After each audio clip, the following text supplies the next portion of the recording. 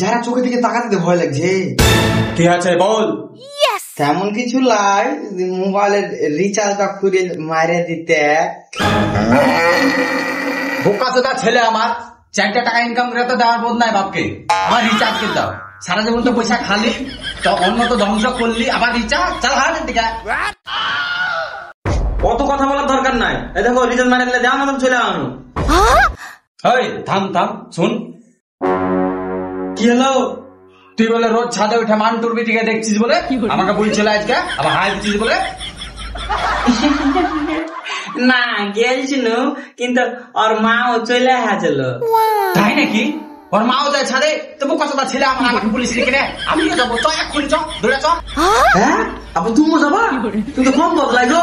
আমি নিয়ে যাবো, কিন্তু আমাকে রিচার্জ মেরে দিতে হবে, তাহলে নিয়ে যাবো। হ্যাঁ হ্যাঁ, তুই রিচার্জ কিনা বছর রিচার্জ দিয়ে দেবো। চ চ চ।